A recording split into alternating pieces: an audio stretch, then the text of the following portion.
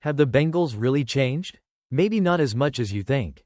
Alright, Cincinnati Bengals fans, gather round. Have your beloved Bengals really turned the corner and embraced a new era of competitiveness?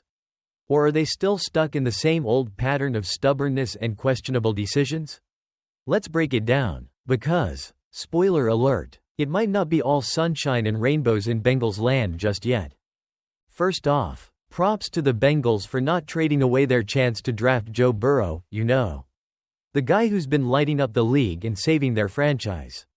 And, yes, they finally sold the naming rights to Paul Brown Stadium. Progress. Then, they made Burrow the face of the franchise, handing him a market-level contract after just 3 seasons. So, it looks like the Bengals have finally figured out how to treat a star QB. Right? Well, sort of. Here come the buts. 1. Jessie Bates III, the one that got away. Let's talk about Jessie Bates. The Bengals drafted, developed, and even franchise tagged him. But when it came time to pay him what he deserved, they decided to part ways with their star safety. They thought they could replace him with first-round pick Dax Hill. But Hill's been, well, less than stellar. Meanwhile, Bates is out in Atlanta, playing at an even higher level than he did in Cincinnati. Ouch. And it wasn't about not paying Bates, it was about not paying him enough. So yeah, that's a classic case of Bengals being Bengals. 2. Joe Mixon, the underappreciated workhorse. Speaking of underappreciation, how about Joe Mixon? The Bengals seemed ready to cut ties with their star running back. And they ended up trading him. He's now in Houston, thriving, while the Bengals are left with a rushing attack that's, well, let's just say it's not exactly complimentary to Joe Burrow's passing game. So much for building a complete offense. Huh? 3. Ja'Marr Chase, the contract drama. Now, let's talk about Ja'Marr Chase. The Bengals will eventually give him the market-level contract he deserves. Right? But not before a little drama. They decided to kick the can down the road to 2025. Which meant paying one of the best wide receivers in football just $4.8 million in 2024.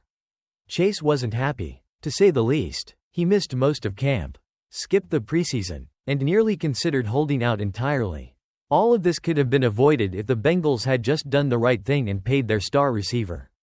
But instead, they left Chase in contract purgatory. And that ugly behind-the-scenes drama might have cost the team a fully prepared Chase in Week 1 and Week 2. Oof, what could have been? 4. T. Higgins. Here we go again. And then there's T. Higgins. The Bengals, true to form, slapped him with the franchise tag. They've been doing this for years, using the tag to avoid giving players long-term deals, only to watch them leave when their contracts expire. Higgins has missed a chunk of the season with injuries. And frankly, why should he play hurt when he has no financial security? If the Bengals are smart, they'll give him a long-term deal.